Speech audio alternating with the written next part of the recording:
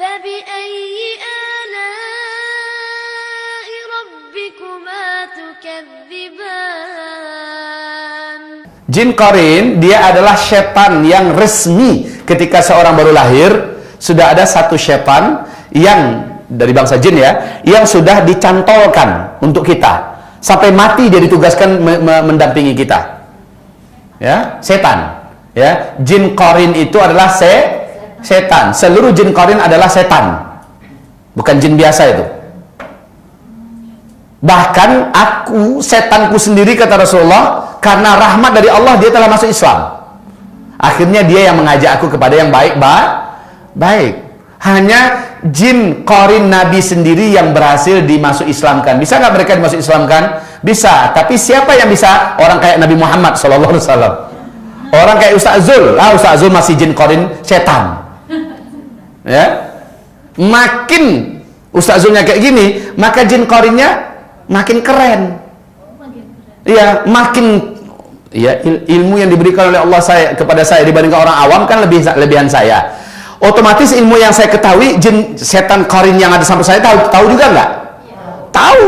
Levelnya udah level saya juga.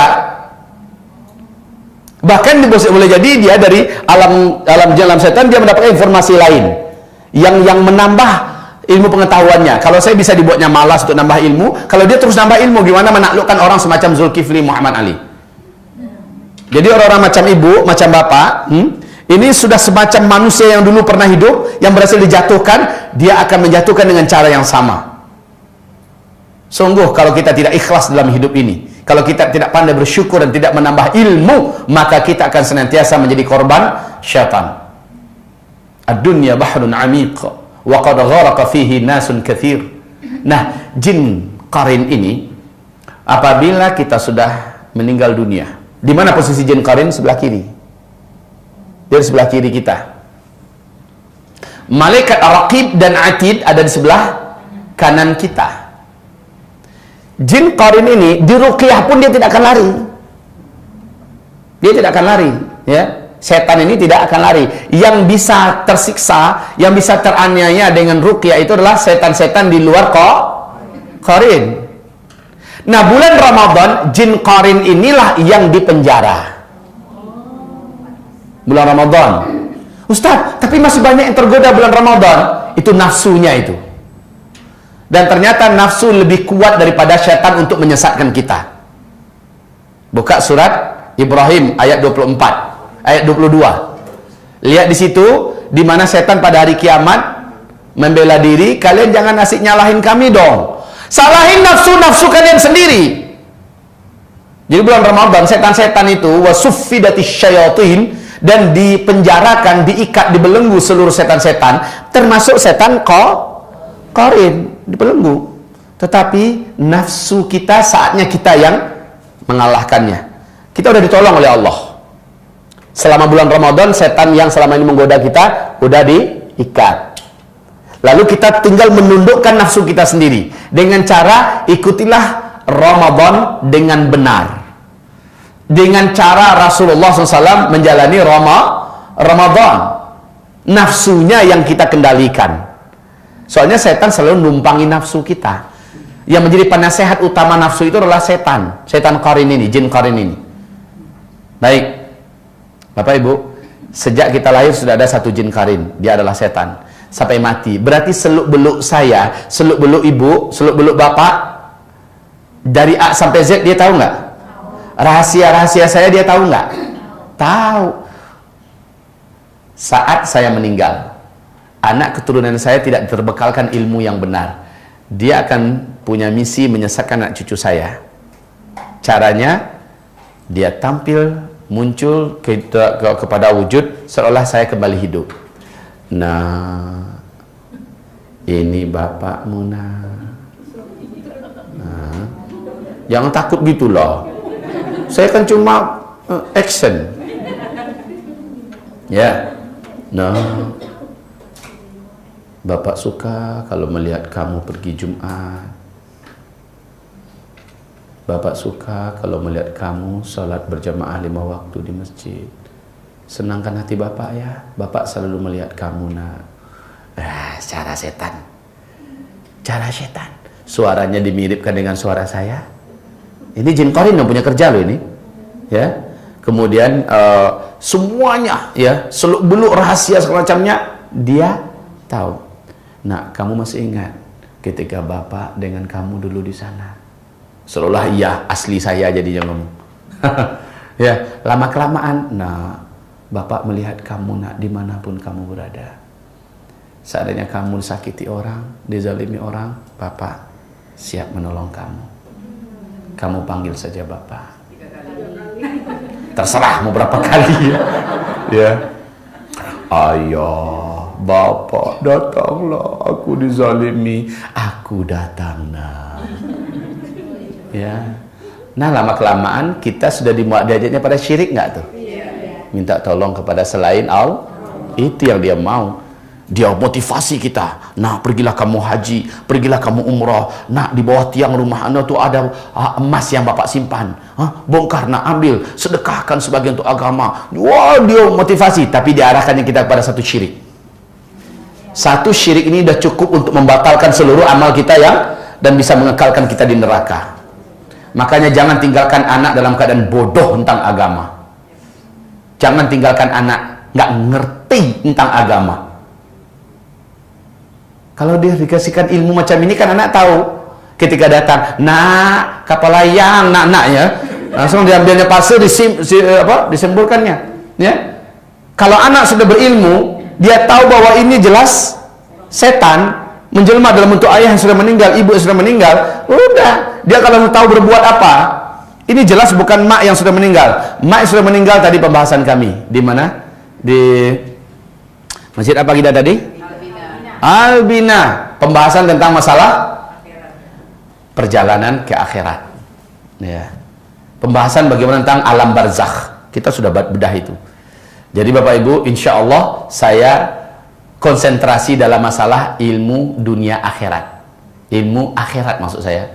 Nah, ilmu akhirat mulai dari tanda-tanda akhir zaman semacamnya sampai kepada alam roh, tentang masalah alam kubur, pada mahsyar, surga neraka. Ini saya khususkan betul. Jadi kalau Bapak Ibu melihat ini kok Ustaz kayak sudah pernah aja, memang dikhususkan mengilmukan itu tentang pengilmuan itu sedalam-dalamnya. Baik ya. Nah, kaum muslimin yang kami muliakan, ini adalah jin qarin. Jadi yang nipu orang yang wujudnya udah mati, oh siang gantung diri itu sering nampakkan diri, yang nampakkan itu qarinnya. Ya. Nah, yang sudah itu tuh jelas si anu yang udah gantung diri itu. Bukan, itu jin qarinnya. Orang-orang beriman gak akan mudah ditipu begitu. Ya, yang udah bunuh diri kok hidup lagi. Nah, mereka bisa tasyakkul. Mereka bisa tasyakkul, yaitu berpindah dari dimensi alam mereka kepada dimensi alam kita, dan itu bagi mereka sangat berat dan sangat menyakitkan. Ya, bukan enak pindah ke dimensi alam itu, bukan enak, menyakitkan bagi mereka. Yang sanggup melakukan itu adalah yang umurnya sudah lanjut, kekuatannya sudah berlebih. Nah, yang seperti itu baru sanggup dia berpindah dan melihatkan diri. Itu pun cuma sebentar. Coba saya tanya sama saudara saya, namamu siapa? Iwan. Ricky. Seandainya Bruce Lee masih hidup, Ricky sanggup nggak lawan Bruce Lee? Jujur memang. Jackie Chan? Mereka jagoan-jagoan di daratan kan? Memang mereka jagoan. Coba sekarang masukkan mereka ke bukan alam mereka, masukkan mereka, ceburkan mereka ke laut. Berapa lama mereka sanggup bertahan di laut? Lama atau sebentar? Sebentar. Gerakan mereka menjadi lamban karena itu bukan alam mereka. Ya. Suruh adu mereka dengan ikan paus. Jangan ikan paus deh. Ikan yang ada runcing ininya, bukan ikan pedang. Ikan hiu aja dah. Coba diadu, Jackie Chan, Bruce Lee lawan ikan hiu di laut. Siapa yang menang? Pasti ikan. Kenapa? Bukan alamnya. Bukan alamnya. Ini rahasia besar loh. Ibu, perlu ibu ketahui ini rahasia. Sekarang, ibu lawan ikan hiu sanggup nggak? Kalau ikan hiunya dikeluarkan dari alamnya masuk ke alam ibu di dapur? Sanggup. Kenapa? Ini bukan alamnya ikan hiu, ini alamnya kita. Kita jagoannya di sini. Maka perlu diketahui hakikat ini. Ketika jin mencoba menerobos keluar dari alamnya, masuk ke alam kita, berarti dia menyiksa dirinya sendiri. Ini alam yang sangat lamban bagi jin. Jin itu makhluk yang sangat gesit, agresif, dan cepat. Ya, di alamnya. Dari sini ke Padang atau di sini ke Solo atau ke Mekah, mereka hanya perlu beberapa detik. Mereka memiliki kecepatan yang dahsyat. Tapi ketika mereka masuk ke alam kita, mereka terhukum dengan seluruh hukum alam kita. Mereka bisa ditangkap, mereka bisa dilukai, mereka bisa disakiti. Perlu diingat ini semua ya. Jadi jangan pernah takut kalau mereka nampakkan diri. Makanya kalau jin setan itu paling-paling nampakkan diri per detik, ya. Ping, nampak sebentar situ.